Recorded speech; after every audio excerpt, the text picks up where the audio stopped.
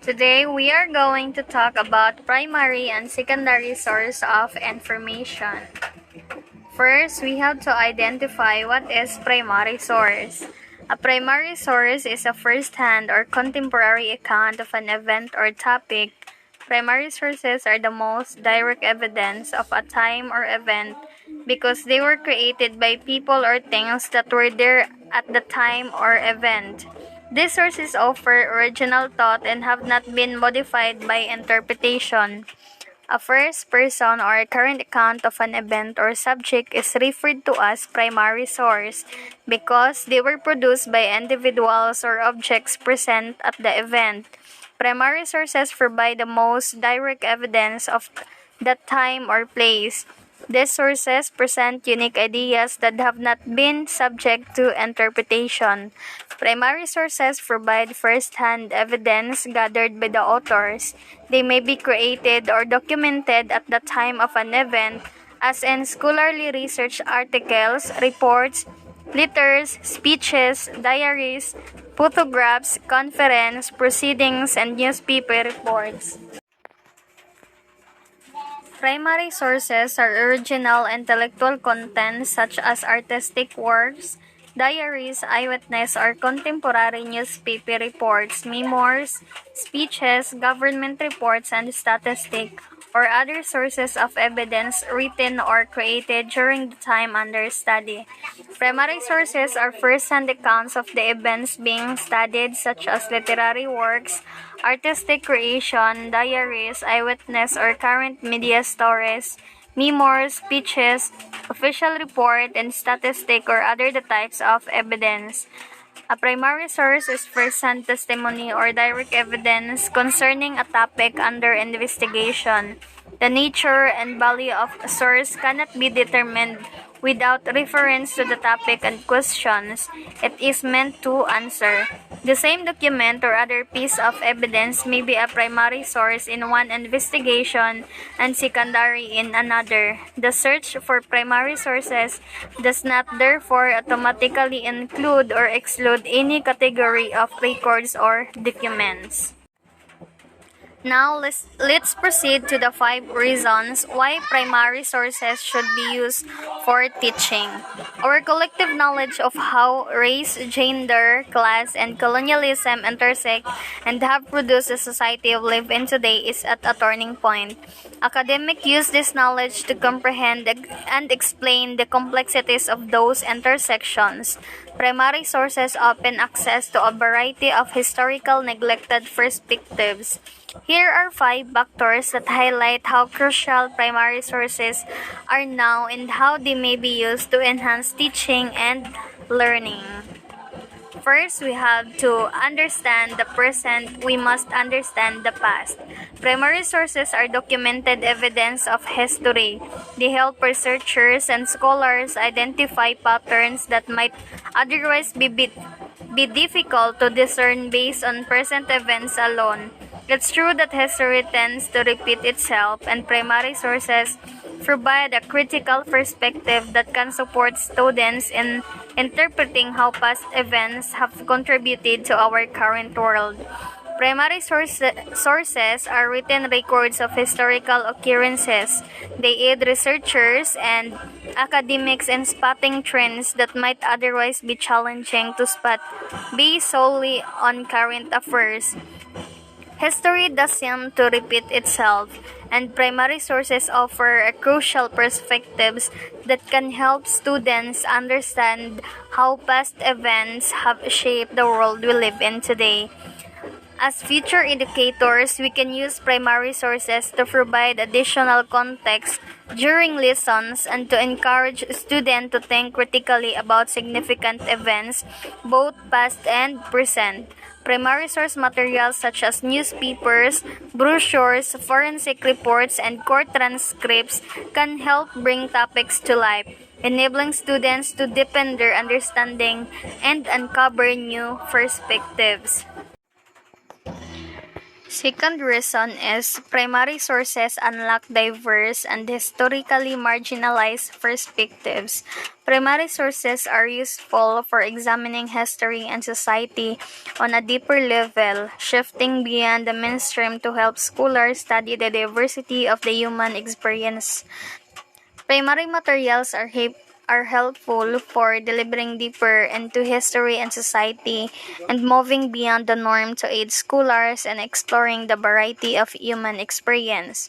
By examining primary documents, students can unearth historically marginalized voices that are not usually taught in mainstream curricula, such as those of LGBTIQ+ and minority ethnic groups. Archives that provide access to a wide variety of voices and cultures are critical to preventing history being told through a narrow lens and helping diverse student groups see themselves represented in the past. Reason number 3. Primary sources help students develop critical thinking skills.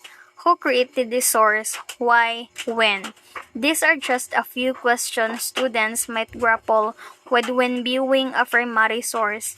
Inquiry and reflection are necessary when evaluating primary sources and are incredibly important exercises for helping students strengthen their critical thinking skills. Who was the sources who was the source's creator, why, and when? These are only a handful of the issues that students may have been studying a primary source. When assessing primary materials, inquiry and reflection are crucial exercises that help students develop their critical thinking abilities. Presenting student researchers with materials that demonstrate issues and ideas outside the norm, like radical or extremist movements, encourages independent and critical thinking while also fostering an open dialogue in a safe environment. Assured by the U.S. Library of Congress, inquiry into primary sources encourages students to wrestle with contradictions and compare multiple sources that represent differing points of view, confronting the complexity of the past. To navigate today's information heavy landscape, students need to consume media through a similar critical lens, and the skills that are needed to properly interrogate primary source documents are transferable to the consumption and analysis of contemporary media. Reason number 4. Studying primary sources helps students become better citizens. Studying the past supports good citizenship, which is requisite for a fair and effective democracy. Primary sources enable students to explore the documentary evidence of a nation's history, the roots of its government, value systems, and rule on the world stage. A fair and functional democracy requires good citizenship, which is supported by historical study.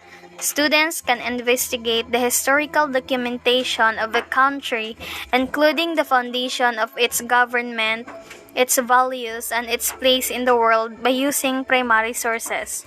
To be active agents of positive change, students must become informed citizens. Digital archives that focus on government, politics, and law, such as Old Bailey Online, which shows the proceedings of London's main criminal court from 1674 to 1913 are valuable for understanding how concepts of citizenship, justice, and the treatment of different groups have developed over time. Such as sources bring new perspectives that can be used to paint a more accurate and informed portrait of past and present events. Reason number 5. Digital platforms widen access to primary sources. Primary sources are becoming easier to access and examine. Digitizing primary sources is essential to their preservation and enables better access, ensuring students aren't limited by factors such as geographic location when conducting research. Primary sources are becoming more accessible and easier to study.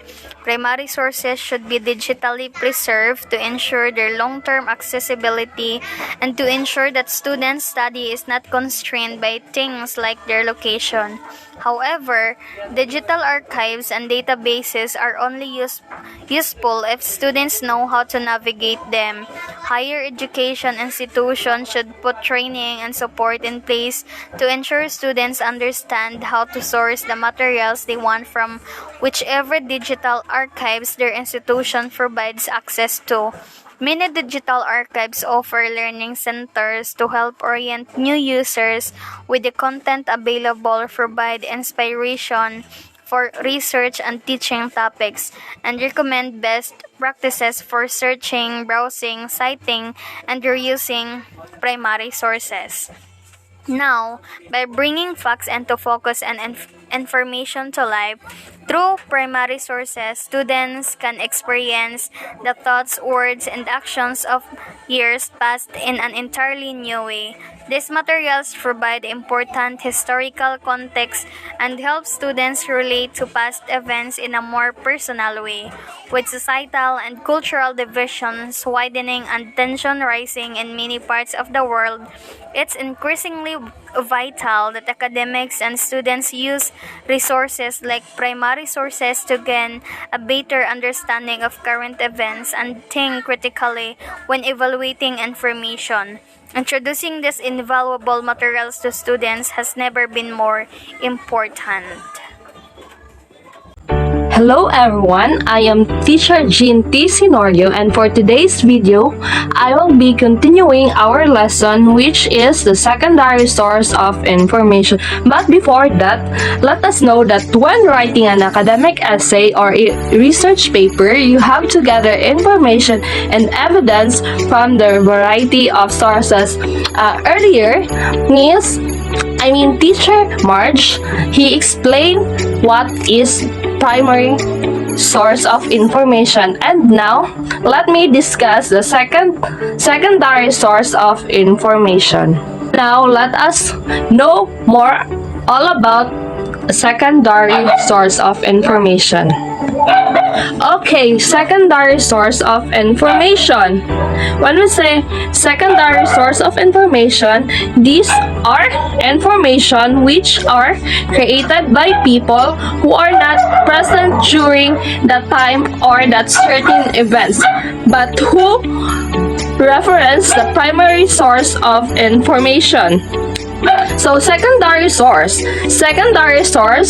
are often written well after the events they report on, and they can put past information into historical content. So we have here an example, which is the Revolutionary War. So this information is all about the Revolutionary War, which is a book. Specifically, this is a secondary source. So we can say that this Revolutionary War book is an excellent example of secondary source.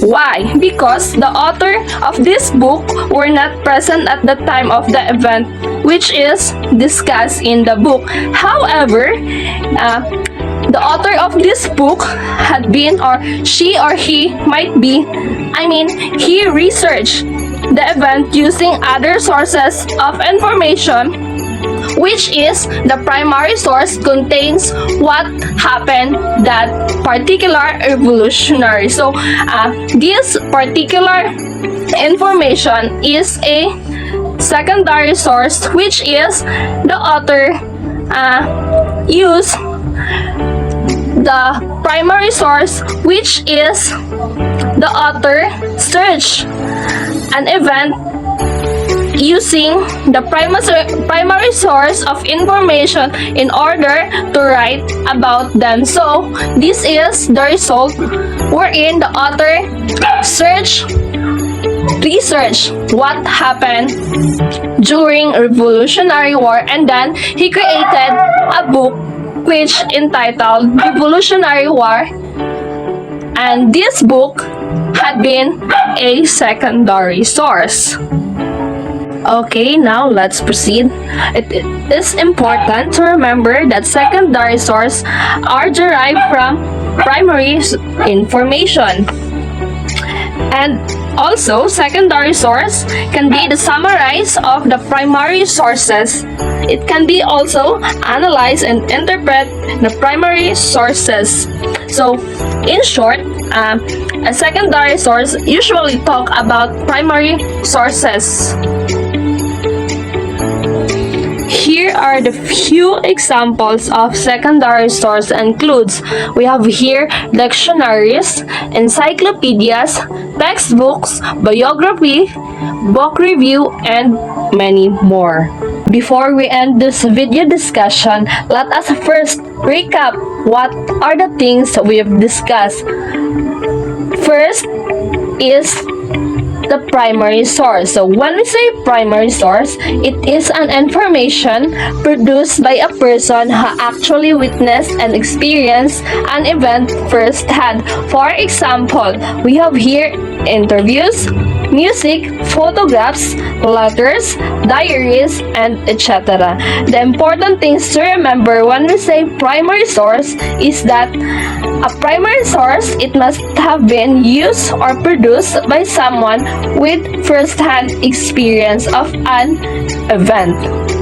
Now, secondary source. When we say secondary source, it is an information created by someone who did not have first-hand experience in the event or a topic, and it is important to remember that secondary source is derived from primary source. I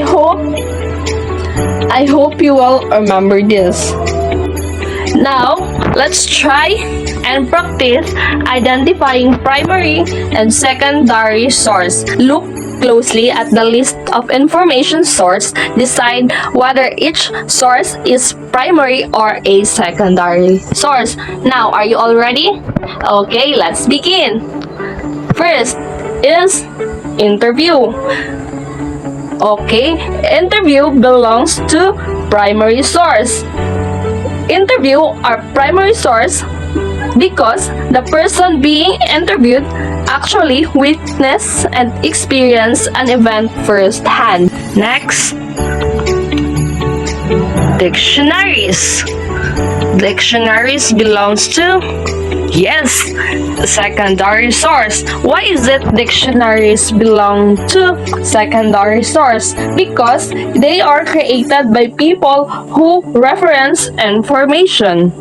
Next is letters. So letters belongs to, okay, primary source. Why is it letters belongs to primary source? Letters is a primary source because letter is an information which is a writing or an information about the author's feeling or own experiences. Now, last but not the least, which is textbooks. Textbooks belongs to, okay, indeed, secondary source. Why is it textbooks belongs to secondary source? Because textbooks are written by people who reference primary sources for the information included in the textbooks. So I think that would be all, and I hope you've learned something today. So thank you very much for cooperation, everyone. Thank you, and God bless us all.